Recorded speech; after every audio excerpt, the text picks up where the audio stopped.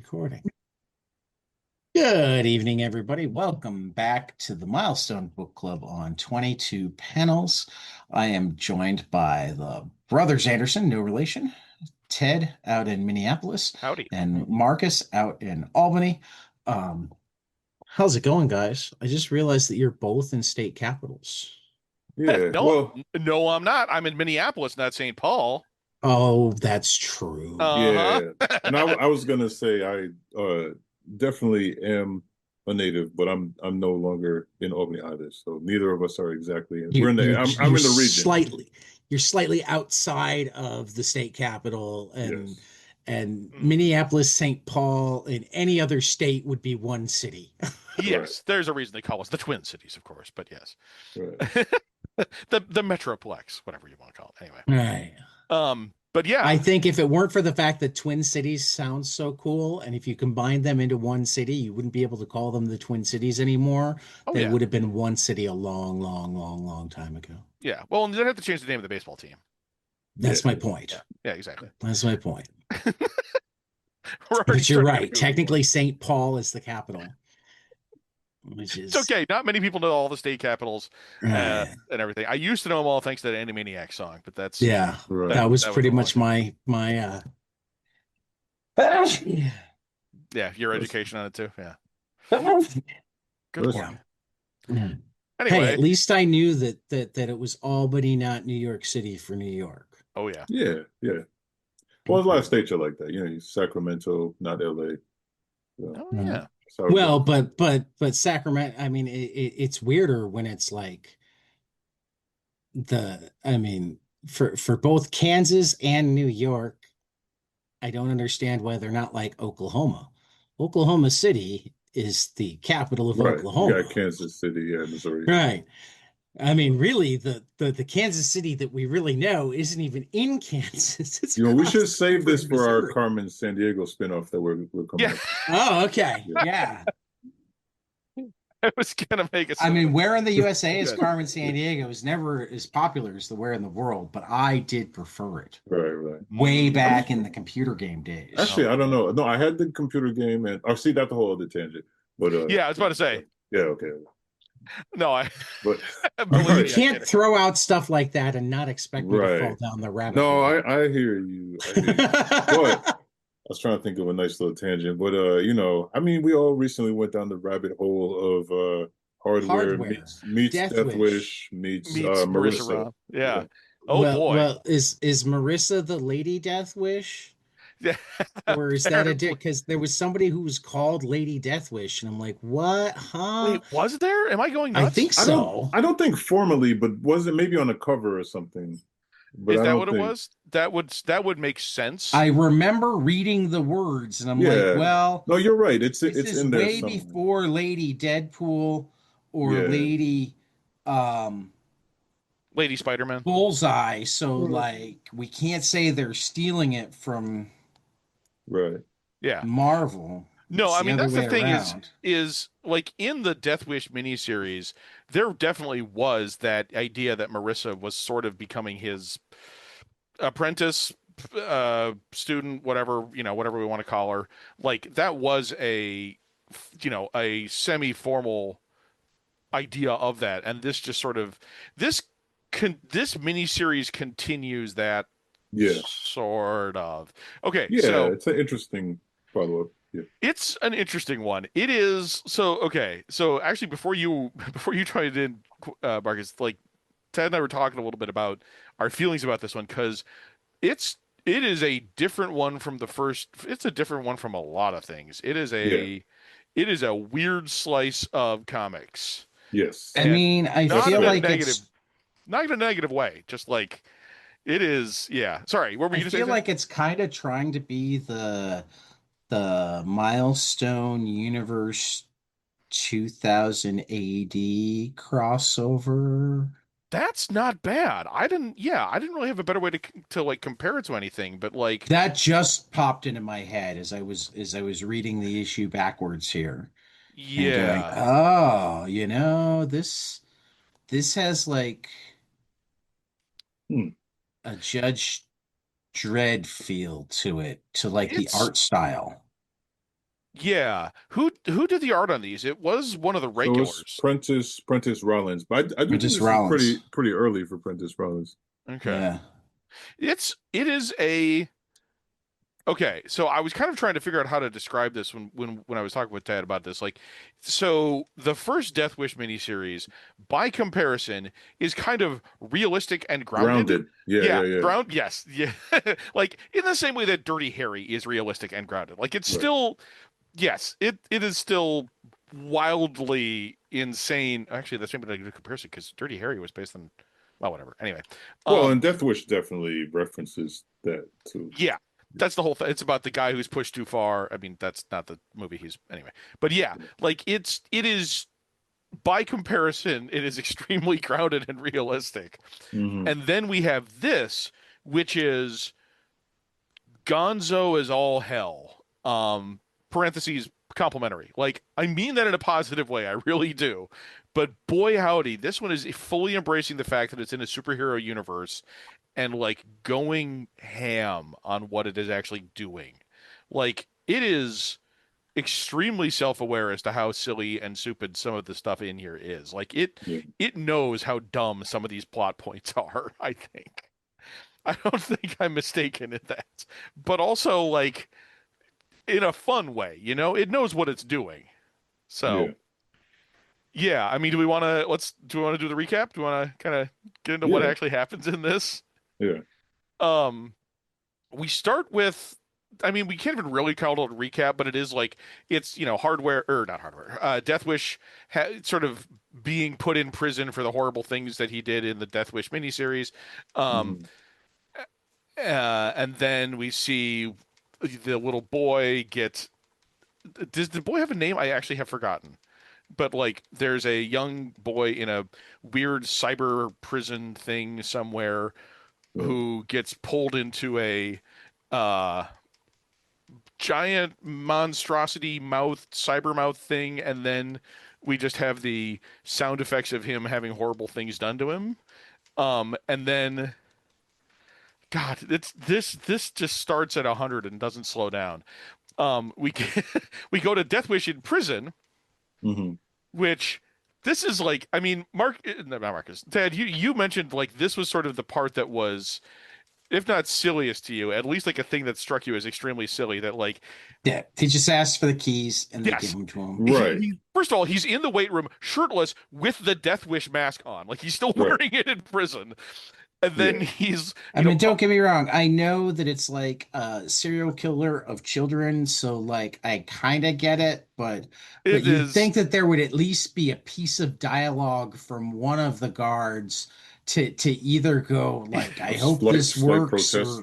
or yeah, well, either slight protest or at least some like acknowledgement that like, this is insane. okay, we have a monster out there and we're sicking a monster on it. What could possibly go wrong? Yeah, like Death Wish Oh, literally just that's interesting because I didn't even read it. I mean, obviously the TV is on in the one room. I just kind of read it. Oh yeah, maybe so you guys read it as it's like an organized like, look, he's gonna go take care of this. Yeah, I that's how actually I read it. didn't. I actually I could see it being either way. I think I more read it just as they're so terrified of him they know that if they don't give him the keys it'll be even Right, worse. I right. don't know. Okay. It could very well be either way. But yeah, the basic idea is Deathwish sees on TV some kid has been horribly killed or mutilated, and he just gets so intensely angry he stands up and he just walks over Hmm. to the guard, just give me the keys, and the guard just hands over the keys, terrified, Yeah. and it's like Deathwish is it's either Deathwish is so scary and intimidating that the guard just give him the keys, or the guard realizes that only a monster can stop a monster, and so he Yeah. like six Maybe a dead little bit of both. it's, Yeah. I mean, it kind of doesn't matter. Deathwish gets out of prison, and the way that, God, the rain on my face tasted sweet, tasted like blood. Like it It's is very from very minute Dark Knight one. Returns. What is that? Well, just that panel is very Dark Knight Returns. It's Dark Knight Returns, and it's like it is Gonzo Camp Dark Knight Returns, and I'm pretty sure Right, it right. knows it. Like it is it is so goofy. I can't even. Like I mean, here's the thing. I'm not trying to say it's like, oh, this is a comedy, but I am trying to say that like it's doing something very specifically wild in a way that not even the first Deathwish miniseries was doing. Yeah. Um, Deathwish finds the owner of a what's the term I'm looking for here? An internet cafe who Yeah. he saved from like what was it? Something. Yeah. Somehow Something he seedy. yeah, this guy owes him a favor because Deathwish made him or like got him out of a jam or something. Yeah. He Can I? find Oh, he apparently immediately finds out that like, oh yeah, the guy who's been mutilating children is some cyber twisto named mhm. House. Um, I do like Twisto as Twisto as the like the refrain. Yeah. yeah, as like the go-to like weirdo insult or something. I don't quite Yeah. know what its purpose is, It's but good though. I might start, using it in the real world. freeze, Twisto. My personal favorite was when the guy in the internet cafe was called him the Right. full version. He tried to say it, yeah. Yeah, he called the full version, which is Twister. Which okay, sure, I guess. Like it's just Oh, I read it that he was trying to do the same thing, but he just didn't get it right. that's yeah, no, that's what I meant. Yeah, Okay, yeah. it's yeah, he pulls the gun on Deathwish, and Deathwish, of Can, course, immediately disarms him and makes him like helps him log on in a single page break. He has already logged on and found House online and is now pretending to be a little boy. I also have to say that like as like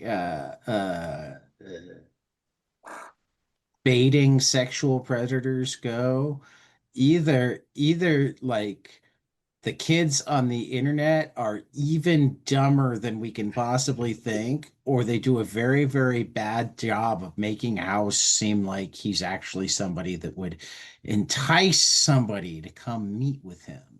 Well, to be fair, what then immediately happens is right. as soon as Deathwish gets off the line and goes to meet House, he is immediately accosted by he's immediately accosted Yeah. by Forcer. yeah, the houses in Cyber one.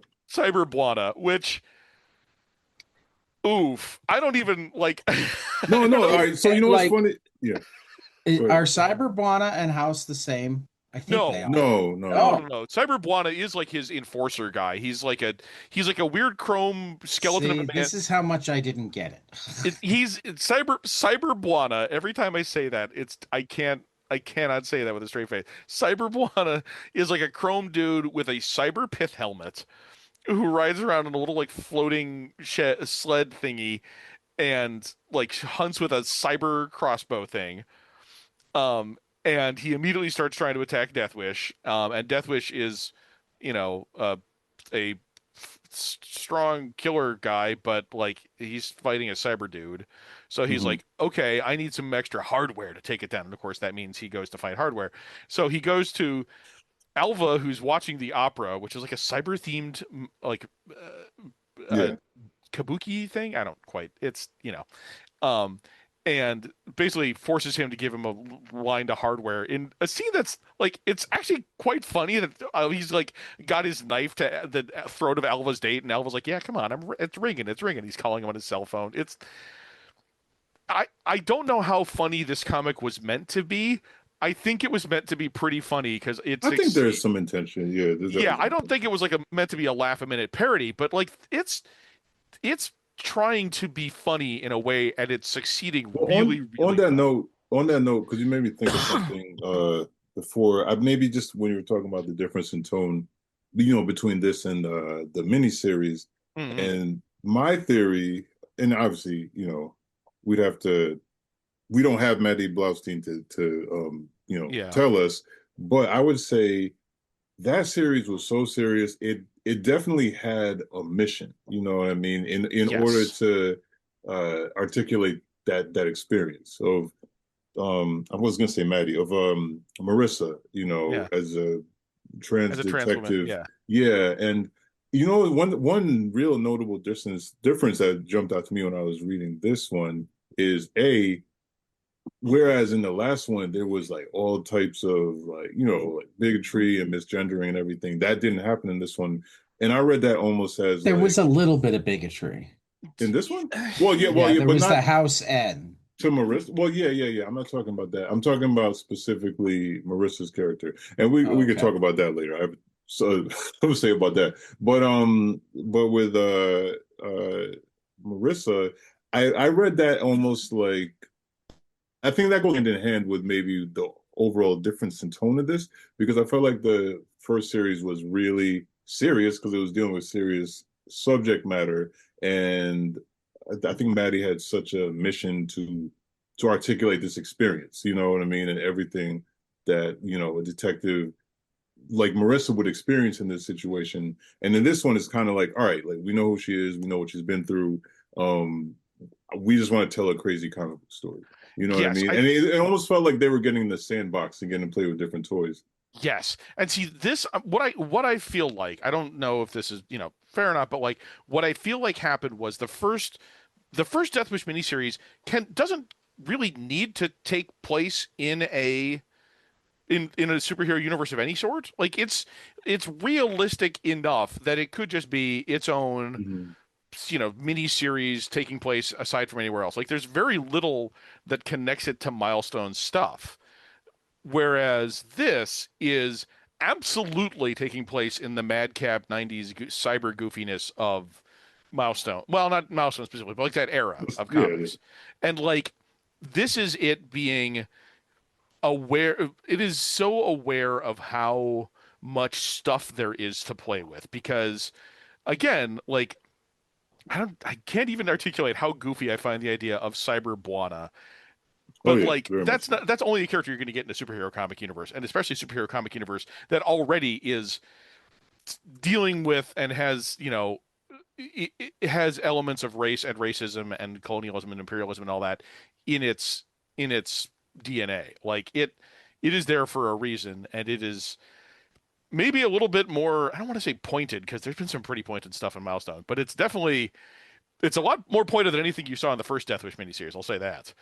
Um, but yeah, that is it's it's so, I mean, and it only gets weirder from here. So okay, so yeah, cyber hardware shows up first fighting Deathwish, and then of course fighting Cyber Buana, and there's like a lady who like transforms herself into a Right. sphere, but like not Metroid style, but like she has sort of an unfolding armor backpack thing. Again, like this is superheroes. This is Yeah, yeah, yeah, yeah. parentheses It's positive. it's very, very 90s cyborg stuff.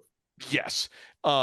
Hardware kind of gets his ass kicked, at which point Deathwish is like, oh shit, all right, well, I guess I got to call in someone else then too. And of course, he calls in the only other person he knows, who is Marissa Ram. Ram? I never do we Rom. I believe it's Rom. It's Ram. Well, like it should be Ram, but then like one of the uh I think the title of that issue is something like, of the next issue is like Ram to the slaughter. So Ram to the slaughter. Well, whatever. Oh, okay. I mean, it's a written joke. Who knows? Anyway, Yeah.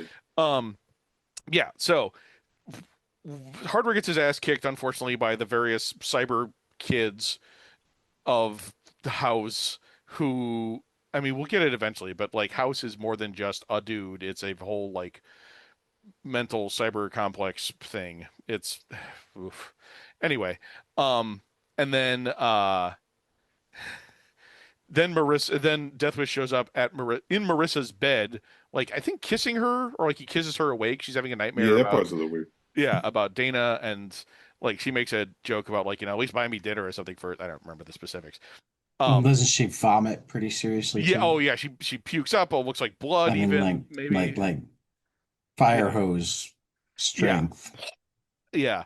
Um, and then he tells her basically, okay, we got another cyber twisto. And they go off, and Marissa like shaves her head again, gets herself, ready to go out and kick some ass again in like the latex catsuit thing that she had at the end of the miniseries. And oh boy, the band's back together again.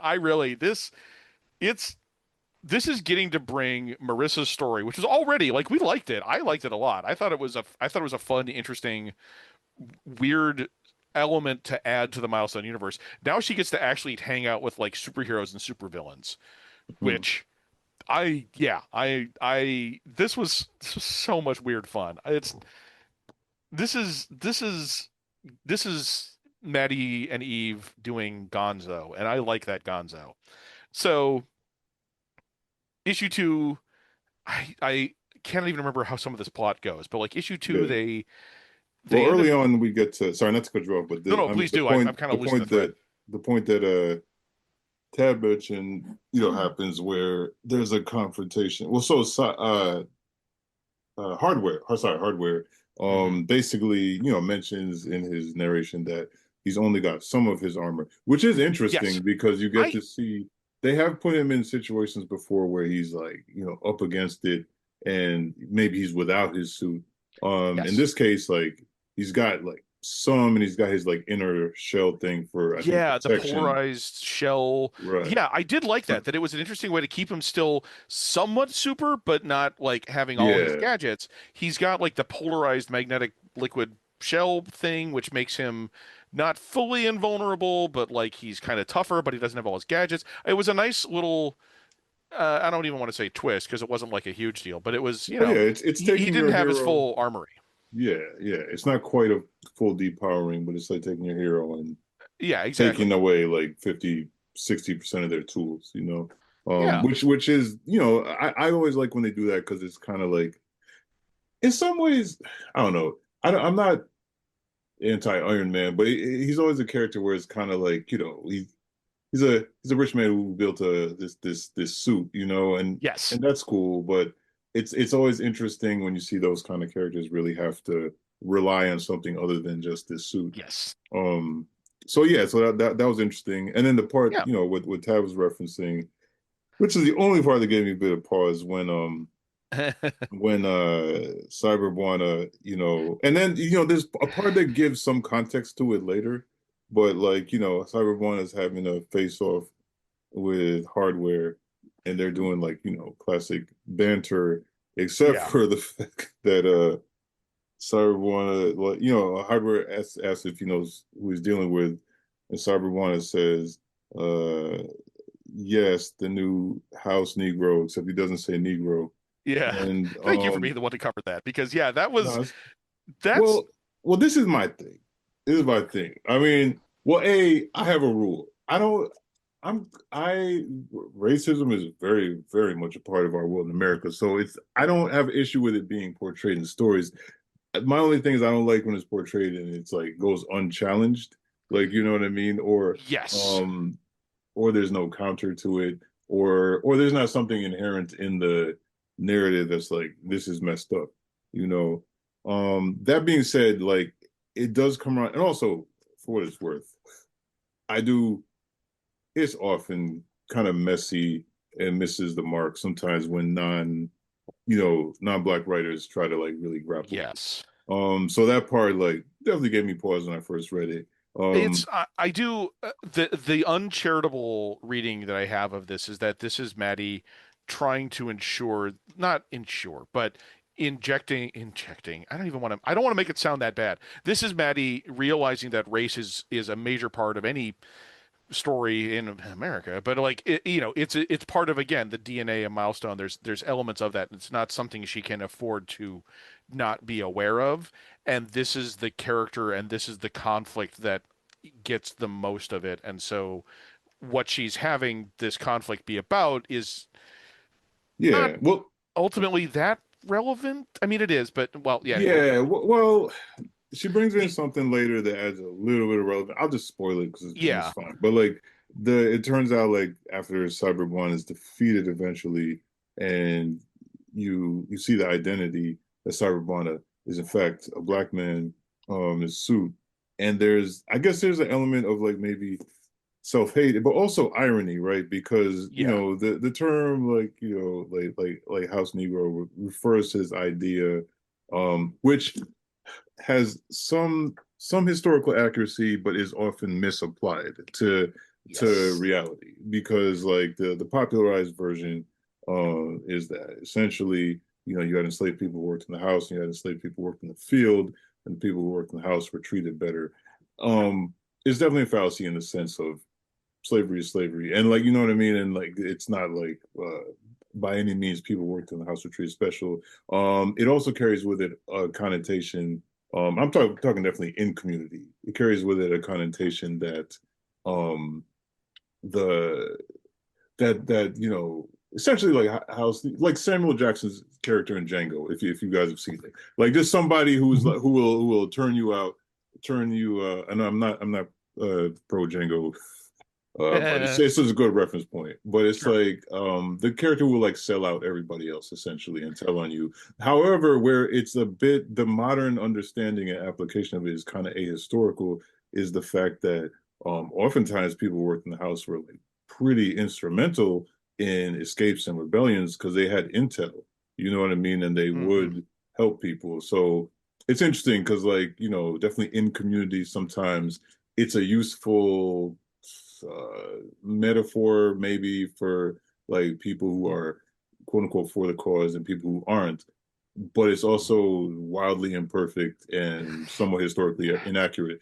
Coming Yeah. back to this story though, that's just a little history lesson, but coming back to this story, the I think after much later near the end of this arc where you find out that Cyber Buono is black, and he's saying to Hardware the new the new house Negro. Essentially, I think what he meant was like there's a bit of irony because he's somewhat referencing himself, and this person has been made to serve this quote unquote master, you know what I mean? And so it's interesting because in hindsight, after learning who he is it like he's hoping for a way out in the fact, or just that maybe he won't be the only one. So I think there's a little bit of a thing, and they have an exchange later because Hardware pretty much takes him out, and right after he said something else messed up, and Hardware is basically like,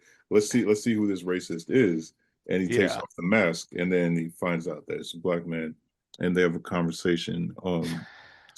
So I think Maddie is trying to do more. I think by like keeping that reveal till much later, it just leaves people like me being like, "What the hell, man?" Like, Yeah, it does come a little out of nowhere. Like I yeah, get the whole it is very of the time. It is very 90s to have like the cyber villains. It is to have the chromed out and like little, eyepiece monocular thing. Like that's a very 90s type of villain. She's also doing this thing of making it this somewhat bizarre imperialist colonialist stereotype with the pith helmet and everything, which I mhm. okay. And then I mean, I took it. I mean, I think there's a couple different ways to sort of interpret exactly what she's doing. I took it to be a thing of like, House is this weird brainwashing-y, corrupting force that has sort of made this guy into a self-hating black man. Perhaps I don't. I Yeah. didn't really think to interrogate it too deeply. It seemed a little bit secondary to the main considerations of the story. So I don't know. I kind of maybe didn't interrogate it as much as I could have, but Well, real quick. And actually, that's a good point. You remind me that obviously there's a double meaning because they don't spell house the way you spell it. They spell it Haus, right, like it's the the German. villains. So there's also Yeah, like the techno house thing, I guess, I assume is the. right. But and then the other bit of context is I'll just read it. So basically, what Cyberborn says after I know we're going out of order, but after what Cyberborn says is it's all right. Let the man see what he wants to see. We can't all be as fortunate as you, brother, he says to Hardware. Then he says, House found me when I was just a kid. I knew if I wanted to play with the man's toys, I was going to have to play the man's game. But I Mm, guess a brother like you wouldn't know anything about that. Which actually is, it's a bit of mirroring, right? It's a villain hero mirroring in the sense that obviously he's very much describing, Curtis's situation with Alba. yeah, So I mean, Curtis's situation with Alva is already such an interesting situation that kind of merits its own discussion, which we've already had. But yeah. like it is very much its own thing, and Curtis's own feelings of guilt, hatred, uh, you know, anger at being used. I mean, there is so much mixed into what he feels and what he does. Obviously, that's so much a part of his character that this is Cyber Buana, the character, doesn't know about when he's saying this. It's complicated, it's weird, it's messy. I kind of just chose to read it as like, yeah, this is Maddie trying to go a little further and not necessarily having the full sort of I don't know. Yeah, yeah, It's messy, it's interesting. It's maybe it's the unfortunate part of what is otherwise I think a very fun, very weird little book. So yeah. I that's almost my think take. if Maddie was like hey Marcus, would you like to give this script a pass? I've been like, this is cool. Maybe just have a little more implied self-hate racism, and maybe we don't have to wait until the very end to see the payoff of why that's taking place. Or Yeah. even by taking out that word and just maybe making him a little condescending, you still could have gotten the same effect. But yeah, it's Yeah. cool. It's cool though. It's a messy. Like you said, messy. It has its yeah. Yeah, Anyway. I don't think we need to belabor it. It's just Yeah. it's Yeah, I want to there. get to the other parts because the other Yeah, parts yeah, are more fun. I think this is doing its own weird thing, and it's extremely fun in a set of very specific ways that I think is really worth talking about. That yeah. So, okay. So Maddie, we keep confusing Marissa and Maddie, which right. I think is Let's see. Yeah. that obviously kind of saying something. But anyway, Right. um, I mean, Marissa is Maddie as well. yeah, Yeah, yeah, she's she's also a even horse. called that at one point in the story. God, I yeah. Right. forgot that she actually is called that. I Right. blanked on Mhm. that. Yeah. But yeah, so they end up trying to go after House. I'm trying to keep a lot of this straight because there's so much that's weird Yeah. in six different directions. Essentially, there's again kind of like a three-way showdown because Hardware is fighting Cyberguana, Deathwish and Marissa show up and they fight. Marissa ends up, did she get captured or she was wait, she ends up, how she end up? Yeah, she How does she somehow get? does. That part is a little unclear. If anything, like my only notes on this is there's certain it moves quickly. Oh, I see. Cyberwana like grabs her out of the dumpster, but like Yeah, there's certain parts that it's almost like blink and you miss it in the art. You know what I mean? Or like what's these little key plot details. yeah. Um, It's not super clear in ways that sometimes are kind of fun and like you kind of get to yeah. play with it and figure out like, oh, I guess that's why we're doing this now. But And sometimes it's just a I little bit don't, yeah, murky. I don't dislike the art. Like, it's cool. It does its job. It's kind of got its own mood. You know what I mean? It kind of fits the mood that we've been describing. Oh yeah, I actually think the art is kind of fun overall. I think it's Yeah, it's rough. I think like you said, it was oh, early. why am I forgetting his name? It's that Prentice artist's. Rollins. Yeah, it's one of his early works, I think, Yeah, which does show, but also like it's there's fun to it. You can see absolutely. what's happening Yeah, there. But yeah, it somehow okay. So Hardware gets taken first by House. He manages to I think escape. But yeah. Marissa gets taken. Um, Deathwish. Oh, Deathwish Deathwish has is like a Deathwish like kind of snaps again. He already right. has snapped once, but now he snaps a second time. Because he like All the sees a bunch of kids. a bunch Yeah. of kids as like his as like cyber twisto terrorists and murders them all, and then is like there's a full page splash I think of him like weeping covered in blood in the rain, and it's like it is it is maxed out melodrama weirdness here. So wait. Quick question about this part because this is one Yeah. of the parts that was a little unclear to me. Yeah. So I had to look it up too. well, all right. So there's this because they're obviously most of the people that are surrounding him are the kids who have been like turned into cyborgs. But then there's what appears to be like a blonde woman. Like I didn't read her as a kid. And It's so, is that like a is he seeing his wife or is this the person who's really there? I guess this could be a person who's really there. good question. I just don't know if they established this character before. Yeah, I don't think so. I mean, I'm I mean, they're yeah. blonde like Marissa is, but it's drawn slightly different than Marissa. So I don't think he's seeing Yeah, and Marissa, I don't right? remember what his wife or kid looked like, so I don't know. Yeah. All right. Well, I we don't have to dwell on it. I just Yeah, was I mean curious if either of you had could tell who that was. yeah, not off the top of my head. And I mean it kind of doesn't matter because what it comes Yeah. down to is basically he goes against his pledge of only, He killing the murders deserving because he everybody. kind of Yeah. snaps. There's literally even the sound effect snap, Yeah. which I thought was kind of hilarious, and kills them and then realizes, "Oh shit, I've been, murdering kids or something." Yeah. And it It Yeah, makes well, if you think about the character, that's like really a sign that, and he comes away from it like, oh damn, like Oh yeah, I that's need kind to of the be. end of him in the story almost. Like Yeah, he yeah, doesn't yeah, do much, which is appropriate because this is a hardware book, so kind of hardware should get the lion's share of what actually happens. yeah. But yeah, Deathwish kind of just taps out at that point because he has finally broken his one sacred vow and it drives him insane, I Right. guess. Um and then issue 3 we finally get the payoff of all this bizarro nonsense where it's so Marissa is in the like okay, God. Yeah. So Hardware steals some of Cyber Buana's armor after killing him. I think that's in issue 2. Um oh no, that doesn't happen No, till no, issue no. That's near the end of the right, yeah. yeah. Yeah. Um yeah, that's right. Deathwish has basically gone insane, so Hardware leashes him using like a tractor beam thing to make him lead Yeah. him to make him lead Hardware to House. Mhm. It's oh God, yeah. And like the dialogue of all this, by the way, is so like amped up to 11 here. Hardware or Deathwish leaves Oh no, wait. Hardware I'm and sorry. says, He leads Deathwish. Yeah. Mario, go ahead. Oh, or that's what you said.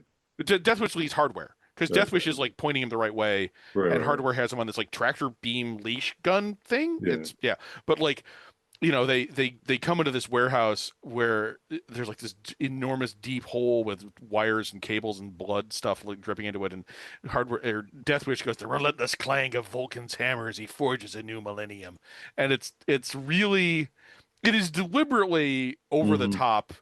Yeah. Yeah, this place has the same ambivalent allure of the reptile house. Dread wounds open with into hypnotic coils, vibrant with ancient sexual meaning.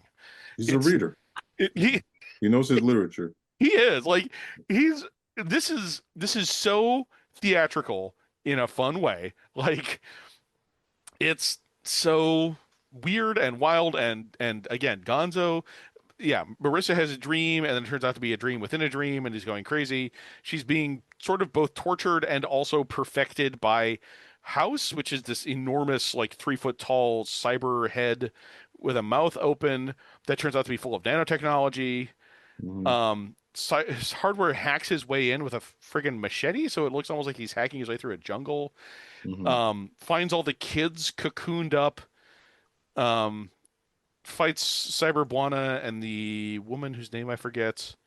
Ultimately, finds Marissa, who's been cybernetically messed up, is I think the technical term. Like she's got all Hmm. these weird implants and Right. yeah, it's Death or Hardware kills um Cyber Buana. That's where he has the speech that you said where he takes off the mask, he discovers he's black. And yeah. Uh Marissa gets up. She now looks like a cross between God, I don't know, Tank Girl and Seven of Nine. Yeah. She's like bald, completely shaven, and has this weird cybernetic bug thing on her abdomen covering her up, and like has a cyber Kodak cannon arm. Hmm. Um, and then it ends pretty. It ends kind of anticlimactically after the Cyber Buana battle because it they basically get to the heart of the machine after all the nanotechnology starts breaking down, and discover it's basically this incredibly old, pathetic Yeah. like Husk of a. yeah, it's Baron Waldemar Klein, this ancient German aristocrat he's just a skeletal dude who's just using all this nanotechnology as a giant fake uh, fun house. I don't even know, It's kind but of like like a Venture Brothers villain. I don't know if you it's guys watch yeah, Venture it's Brothers. oh God, that's such a good way to put it. But like, I mean, the panel in here that kind of sums up the whole thing for me, and which I have saved on my computer and have had for years because it struck me so much as like the ethos of this thing, is the bit where Marissa has just gotten off the table to shoot down Cyber Buana's sidekick and says to Hardware, "What's the matter? Never seen a one-armed, pregnant, preoperative, cyborg, transsexual, psychotic ex-cop before?" Right. And Hardware just goes, "You forgot bald." And like, Yeah, he doesn't miss a beat. Which big up Hardware, man, because this oh, is this is talking like 1996, and he's not even, he's you know, not phased, man. He knows what yeah, he's cool. He's hip. He gets it. yeah. Like, it's just so God. I mean, over the top doesn't even begin to cover it for me on this. Like, he's just this comic is doing the most parentheses positive. Like I love how over the top wild all this is, like it's doing so much like maximum cyber nonsense of the 90s in superhero comics. Like Yeah. it's wild. I can't help but chuckle and love it, even though it makes very little sense on the page. Like you have to go back and be like, wait, is this the thing where it does the is this what is this now? Like yeah, I don't know, man. It's a wild one. I can't even really yeah. Yeah. It No, okay, so it ends basically with Marissa saying like, "Well, I guess I'm going to go off and raise my messed up cyber baby," and she was never seen again, unfortunately. Like as far as I can tell, this is the last appearance of Marissa Rom oh, is in it? anything. Yeah, it sucks. Huh. Like I'm not positive about that. I feel like maybe she might have. You I know don't what's know. interesting? Because I forget when we looked up Maddie Blaustein, is it briefly after this that Maddie kind of goes into animation in other mediums? Or I don't know. I kind of forgot that she did. because Frankly, like I I wonder if they because well, I guess what makes me think of this is the fact that yeah, if you look at where Marissa ends up at the end of the story, right, and you even think about where Marissa started, or even at the end of the last series, mm, this is like a wild direction to take this character in. And in a lot of ways, it's kind of cool that if somebody was going to take this very distinct character and take him into such a crazy direction, it's the person who created the character getting to make the choice, as opposed to somebody else being like, you know what I'm going to do yeah. with this character? Yeah, the fact that she never shows up again is maybe kind of a blessing in disguise in that nobody else ever did anything to her that would be outside. I mean, this is very much Maddie's character, obviously. Like, I think Yeah. yeah, that kind of goes without saying. But also, like, God, so Tad, you said at the beginning, was this on the podcast or after we started or before we started, where you said something about how like this reads as a fusion of like Milestone in 2000 AD?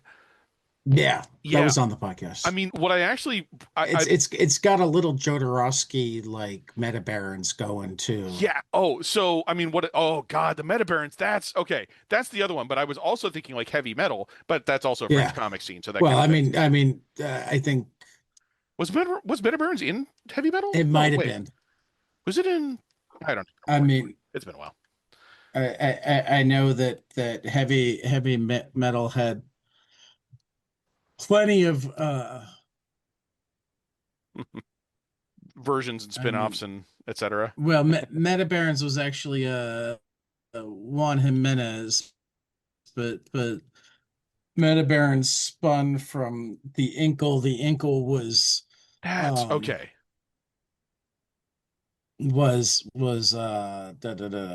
Mobius and was Yes. definitely originally well, who's very associated with, and it was definitely published by Les Humanoids. So whether it was actually Right. printed in heavy metal or not, it was at least Part of some of that. its publications have been by the company. Yeah, and it's very much of that milieu. Like Right. it's part of that. Yeah, it's and like again, all of this that I'm saying is I think of as a compliment. Like it's more Gonzo perhaps than I like a lot of my comics, but I get it, and it's fun as hell, and it's weird and it's wild, and yeah, the story ends somewhat happily with Maddie or Marissa Ram, cyborg pre-op transsexual cyborg psychotic ex-cop going off to raise her cyber twisto baby with apparently alone in the wilderness of the world. I don't quite know. It is a wild one, and it's I don't even know, man. It's fun. It's such a weird. I would say it's such a weird experiment for Milestone, but like I mean, they were also doing stuff like like Cobalt and Zombie were their own weird experiments in their own ways. Like it's Mm, not that far off from what they were doing. That yeah. again in a good way, but like yeah, I don't really know even what else to say about it. Like I loved this. No, I mean, yeah. It was a fun bunch of nonsense. Even if not all the parts hung together, like I had fun the whole way through. Yeah. Even if I still No, never quite got Cyberbuana, but like that's I don't know, man. That's its own I thing. don't know if you need to. I It's had just fun. I probably need to read it again sometime where I'm a little more awake. Oh God, yeah. I think having it be the last thing I read as I was falling asleep, uh, I mean, It's maybe oftentimes Milestone works for that because they're relatively straightforward superhero comics, and I don't yeah. have to think too hard about the plot, and I can just think of the social commentary type stuff. But this one was like you said, it was like one part European sci-fi with w inside of the Milestone universe. Yeah. So like This it it keeps twisted saying my gun. brain a little bit, and Yeah. I, I liked it, but I'm not entirely certain that it actually worked. I mean, Does that make sense? I get that. I also don't know if like I don't even know if we can talk about things working or not in Milestone. Sorry, that makes it sound like I'm infantilizing what Milestone was doing. It's not Yeah, that I I feel like think you can Milestone say that. was, oh, it's so weird and experimental. It's more just like I feel like Milestone has had its I mean, I still think you can because I mean, I love the fact that they're experimental, but sometimes you experiment and it works, and sometimes you experiment and it doesn't. And I felt like this yeah. was an experiment that, at least this time through, did it. Now, like it did enough things well that if they decided that they wanted to do it again, I'm certain that they would have done a better job and maybe would have hit their mark better. But like, I don't, there's a certain mix of seriousness and absurd that you get in European sci-fi of this sort that they just don't quite get. Like they're not serious enough. They That get I the mean that's absurdity fair. right, but like the seriousness, like again, like I mean, just going back to what I was talking about with the child predator, like reading those screens, like I don't know any kid who would actually get sucked in by that.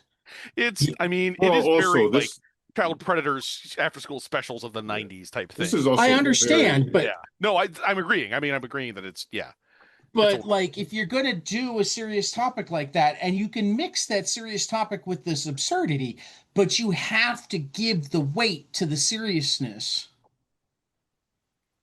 rather than making it almost farcical in that's fair. terms of. I will say this. I will say this. For me, I think you're both bringing up accurate points. I feel like they did what they set out to do, um, and mileage definitely, may vary with that. For me, like I enjoyed this for what it was. It's not like amongst my like favorite arcs in Right. Milestone, but Oh, I thought it was like competent. It was Yeah, no, no, no. consistent. I thought, oh no, yeah, no. I'm just saying my take. I'm just Yeah. saying it was like consistently wacky. Like you know what I mean? It was and yes, you're right. There was serious subject matter in there, but there was a consistent tone. I think Right. with that kept me into the. For me, it's like, can you keep me in the world that you're building with this story? And they did yes. hold me in this particular world and this tale that they were spinning. That being said, like yeah, I mean, I don't think that this And, and, is and I amongst the top. and I think I like 99% agree with you. Like my thing is they held me in the world, they just didn't hold me in the book. Yeah. Became a Fair. chore to read because, well, they held me in the world. They didn't give it quite enough to like alternately they could have made it a little less serious. They could have made it more farcical, period.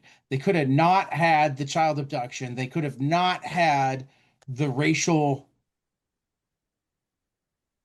Elements. elements and just gone full on sci-fi weird. Cartoony madhouse. Right. Yeah. And I think it also would have worked better. And again, I applaud them. I applaud them for the effort. I don't think they failed, but I feel like I don't even know for certain what they were going for, but I don't think I could possibly give them higher than a B plus. And like depending on what they were going for, maybe lower than that, but not likely higher. You know. I get Uh, what you're saying. I think it's a. I think totally worth reading, possibly even worth revisiting. Definitely not one of my favorite Milestone arcs so far, that's fair, and it's but also it is still a. way better than the crossover with like Superman. Yeah, that was just. I don't know. The more I look on like other Milestone books, the less favorably I look on Worlds Collide. I just Yeah. don't. I mean, I could get why they did it, but also like, I don't. I didn't want them to do it. It's kind of like, Telling you, events. When I think of yeah, like, yeah, there's been some that have been interesting, but when I think of like my favorite arcs of books over the years, it's usually not the events. No. yeah. I There's mean, like they're few and far between the ones. Once in a blue moon. I mean, I think for me in events, once in a blue moon, there's one that I'm like, oh no, you should read all of this event. Um, I gotta say, even the ones that are on my favorites, I did not because I hate it. I hate the fact that they're like, you got to read every book in order to read the whole thing. You have to read like every book in Marvel well, or and DC. and most of the ones that I'll say that about are ones that aren't as big of a, they're Right. not Okay, like that's the fair. complete you know, Like they're maybe like like they're a like the mutant book 20 event. total issues, not the one. I mean, I think the only two like nearly 100 or 100-ish issue type events that I think are worth reading all of once are Batman No Man's Land and the original Hmm. Marvel Civil War. Um, mm, but even that, like when I go revisit them, like I'll cut out 40 to 60% of the issues when I revisit it. You yeah, know, they were worth reading once as part of the big event. They're not necessarily worth reading again, even when you feel like revisiting the thing, yeah. right? I'd be most interested in revisiting like I don't know, one DC 1 million just because that was an interesting set of experiments and everyone was kind of doing their own Right. thing.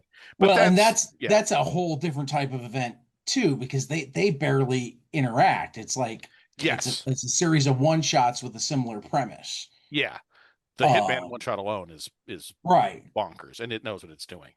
Yeah, no, right. that's. I mean, we're getting off topic, but I do like the thing about this is this almost feels like a crossover. You know, this feels like a weird. This Yeah, like the Marissa Rom Yeah, stuff almost feels like a it's weird image crossover. You know, where you would right. well, have, it's yeah. and that's both good and sometimes bad, and sometimes just kind of it is what it is. Like this is when Image was still trying to be a giant shared universe, or like they yeah, I don't know. It's a weird mishmash of tone and ideas. I liked it, but also I don't know how much more I could have stood of it. I think it didn't wear I out its think it's the welcome. perfect length. Yeah, yeah. Yes. Because Yeah. I know a lot of the arcs have been 4 or 5 issues, and I think yes, if this had been like 5 issues, it would have dragged, you know. But like I think they knew when to get out. Yeah, Yeah. three was dead Yeah, on appropriate. Yeah, that's yeah. there wasn't much more to get out of this thing. It was again, like it was fun. I am glad it happened. I don't yeah. Um but yeah, like I am sad that there wasn't any more Marissa Rom apparently after this, which sucks, but also like I get that you wouldn't want to do anything of that without Maddie at the helm, so like Yeah. I understand it completely. And I Uh guess it's the kind of it kind of maybe turns Marissa into kind of like a legendary character, like I mean, like a Luke Skywalker, where you just spend decades like, oh yeah, and you can have your own fan fiction about like what became of it, you what know. was her Obviously, weird cyber twisto yeah, baby? Yeah. exactly, yeah, yeah. Exactly. No, I get that. Like I get that completely. I do. Yeah. It would be fun for someone to pick her up. You know, God, Hmm. I don't know. Freaking uh Sophie Campbell or someone. Right. God. Now I'm imagining a Sophie Campbell book about Marissa Rom and I'm like, "Oh, that would actually be fun as hell." Oh, you know what? Now you got me thinking, because I really do like Milestone Returns. They did establish in one of the crossover books, I'm forgetting the title. I have it upstairs, but it's one of it's a book where essentially the these milestone characters meet the returns characters. They cross Yes, I know that over. happens. I don't yeah. So they all exist. So I mean, I'd be interested in just seeing them kind of like how, you know, you got Star Wars and Star Wars Legends. Like, Oh yeah. yeah, why not just? I would be interested in seeing some continued adventures of the old Milestone characters. Oh yeah. You know what I mean? Yeah, seriously, DC. So give Sophie Campbell the Marissa Ron book. Right. I am mostly joking. I have no idea if she'd be interested, but like she would be fun to Well, watch. well, no, I know that she wouldn't be interested, but like they could split the difference on the woman that they let go Oh, after. Gretchen Faulkner Martin. Right. Oh, that would be wild. They could say, look, we let you go for a reason on the Bat book, but like As an That's we great. do think apology. there's a book for you. Oh, that's kind of terrible to think Would about, but she even also have them at this point? I don't no, think she Come would. on, no, I yeah, and don't think she she would. honestly, yeah, she should be able to. She actually said specifically that she wouldn't. yeah. Um, She's entitled to give them the biggest middle finger in the world, I think. Hmm. she But yeah, is, but I also think that I don't want to get deep into it because I already did on the I don't regular either. Right. podcast. Like from a strict HR standpoint, they weren't out of line. I don't know. This is a conversation I actually don't want to have. Like No, actively. that Yeah. Yeah. Anyway, no, I get what you're saying though, and it's one of those things where yeah, it's the I mean, only and way. understand, I have only read her version of the story. Based on Sure. her version of the story, from a strict HR standpoint, I don't think they were out of line. Well, HR used in companies traditionally is as much as they say they are, they're not representing the employees. They're No, representing. I'm aware of that. So, But I mean, yeah, I mean, I guess you're accurate. I don't know if that makes me agree with them, but yes, by that reasoning, I guess it's HR-ish, but I don't agree with it. Oof. I don't, Yeah, yeah, this whatever. this is the conversation. Yeah, This yeah, is yeah, not yeah. the conversation I'm interested in having. I am There's respecting yeah. your boundaries. No, sorry, I didn't mean it. I did, yeah, but no, I think that there's Marissa Rom is a character who I would only entrust to a very very short list of writers for probably pretty obvious reasons, and right. like I don't think any of them would be interested in taking on, and I think she's kind of fine as she is, going off into the sunset and getting to raise her messed up cyber twisto baby. Like, sure, yeah, man, it's great, do it. But yeah, it's a fun, weird thought experiment of a book. It's wild. I had a lot of fun with it. I do think you're right. It's a very weird marriage of tone and ideas that doesn't always work. Yeah, I still have some fondness for it. It is also a yeah. Well, weird. It does strike me as weird suddenly that like, oh yeah, the Deathwish like story conclusion happens in hardware. Like that is just sort of an odd place to put it. So I don't quite know why that happened in the first place. I'd be curious to. I don't know that Deathwish needs more solo. You know what I mean? It Because doesn't like. even because that was one of the things that I think we pointed out as being smart about the other one is that I don't know, like living solely in Deathwish's head for 5 issues, without any other perspective.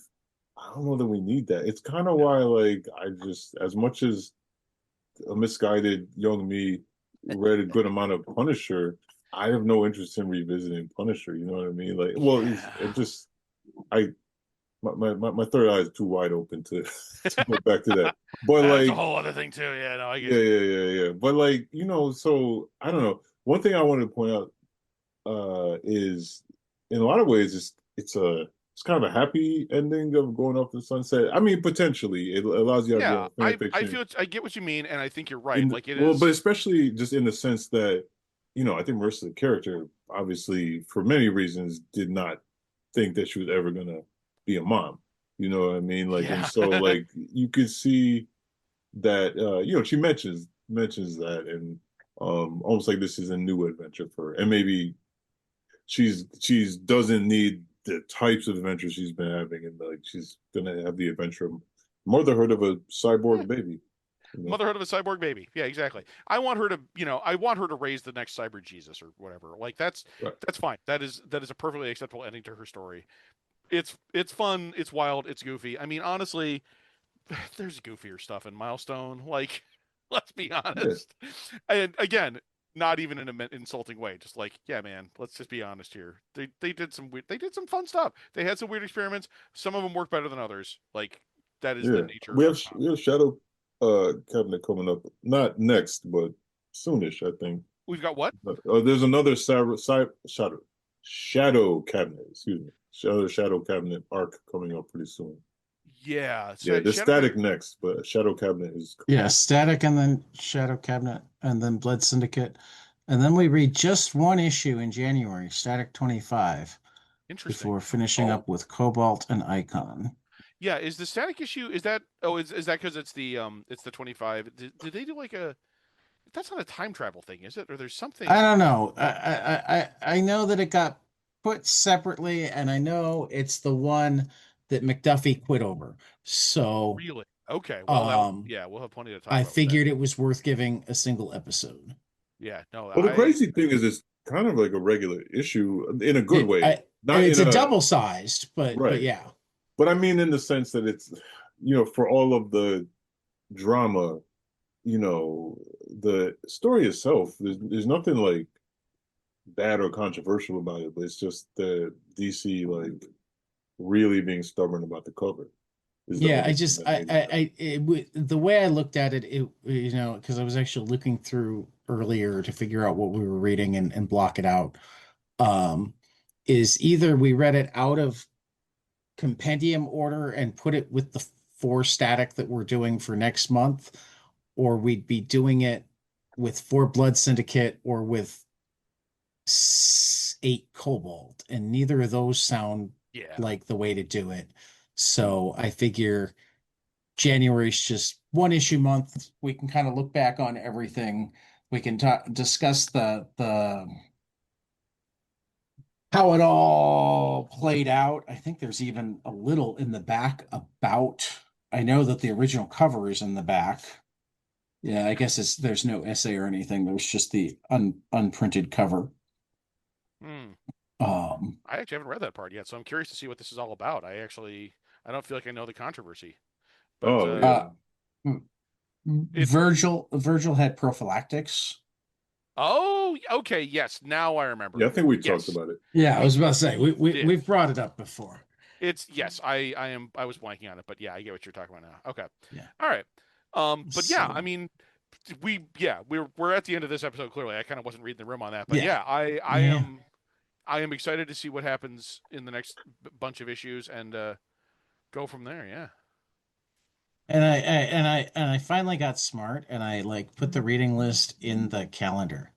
So if you Hey, look at there we your go. Oh, that's calendar cool. thing, you can see what you're supposed to read for Oh, each that's month helpful. Yeah. Yeah, because peek through the behind the end of the. yeah peek behind the curtain Yeah. here, listeners. Sometimes we don't always remember, and we have to kind of catch up. Right. We're like trading texts, and it's like, Wait, Yeah. I'm shoot. not home. I don't know. Is it static? Is it static this week, or is it Shadow Cabinet? Oh crap, I can't remember. Yeah, no, it's yeah. Anyway, but yeah, this is fun. It was a Yeah. weird diversion for Milestone, but also it was a creator who was gone too soon, and it was fun to see her doing something that was clearly very near and dear to her. And yeah, it was a nice read, and I'm glad we did it. So Yeah. Yeah. yeah, So for 22 panels, this has been the Brothers Anderson, no relation, on the Milestone Book Club, and we will see you after the next page.